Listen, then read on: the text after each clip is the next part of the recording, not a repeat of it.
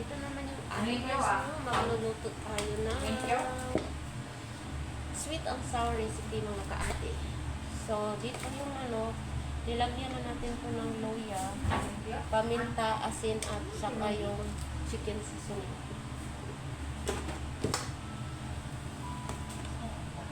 So, dito mga kaate, mag-add tayo ng 9 tablespoon of flour.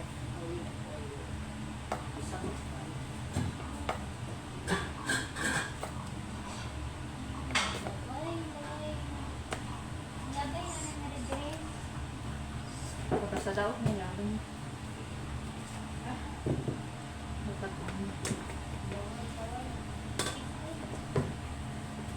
Tapos, mag-add tayo ng 6 tablespoon of corn flour.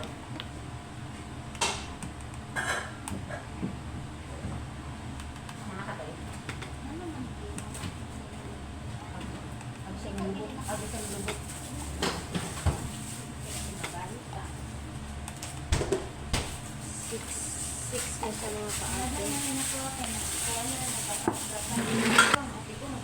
So, dito mga kaate, mag-add tayo ng half tablespoon of baking powder. Wala sa problema.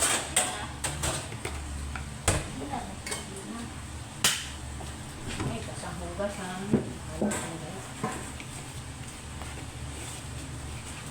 I-mix lang natin.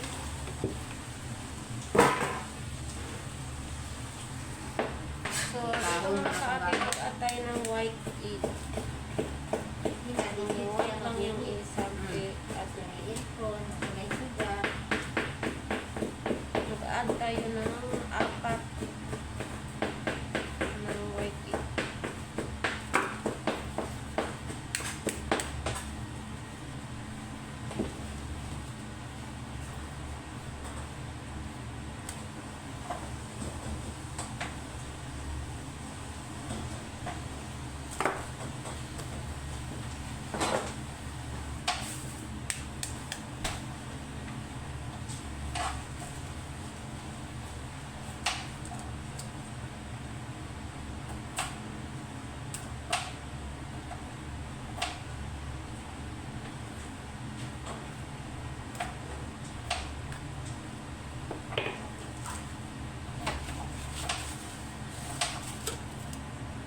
Tapos mag-add tayo ng 5 tablespoon of cold water mga kaate.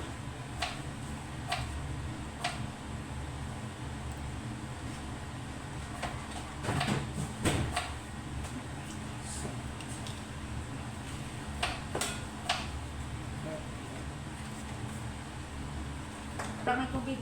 Paunsa mo siya magtugas na may tubig. So, dito mga kaate, i-add na natin itong ating mixing flour dito sa ating manok.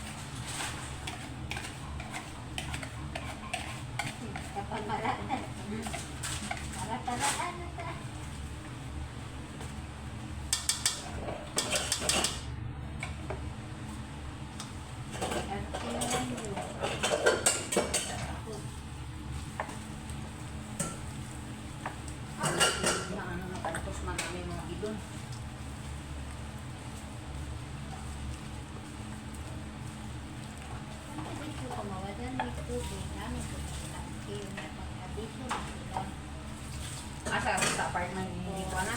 Oy, nawalan yung tubig dito sa una dahil wala na tangki dito. Kano na sila tangki dito. So, marinate lang muna natin ito mga kaate. Hanggang sa minute yung ano natin, oil natin mga kaate. So, dyan mga kaate, ready na yung manok natin mga kaate. So, mainit na yung oil natin.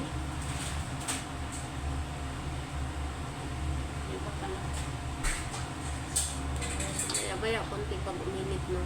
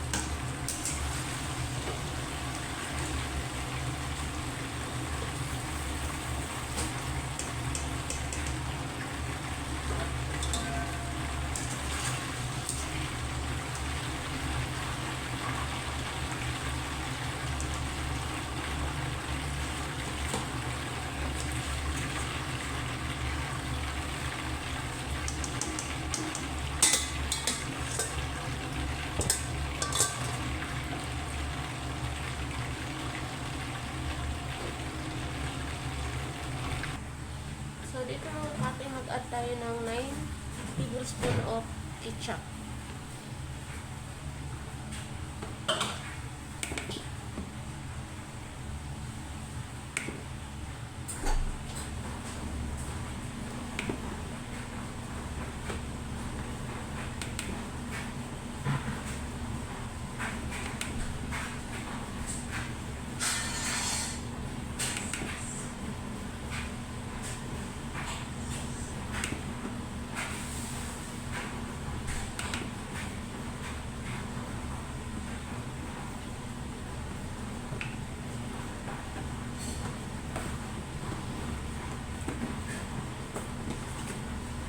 Tapos, mag-add tayo ng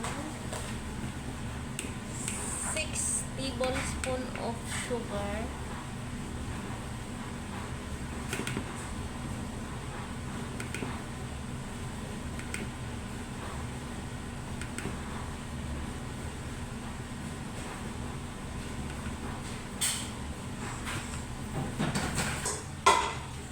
Dito mga ka-ate, mag-add tayo ng vinegar.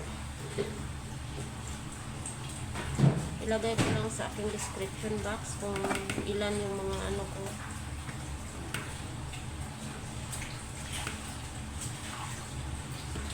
Ilagay ko ng 4. Tapos mag-add tayo ng 1 tablespoon of soy sauce.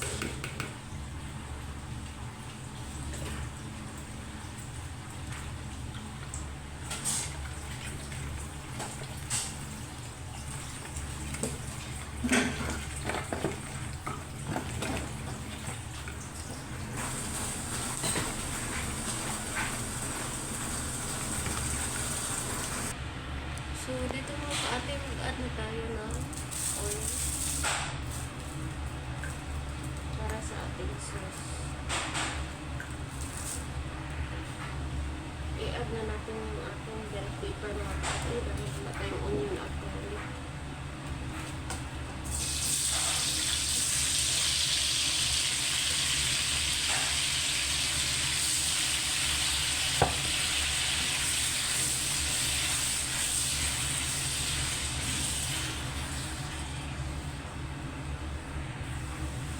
So, ito na yung sauce pa rin ng ka-ate.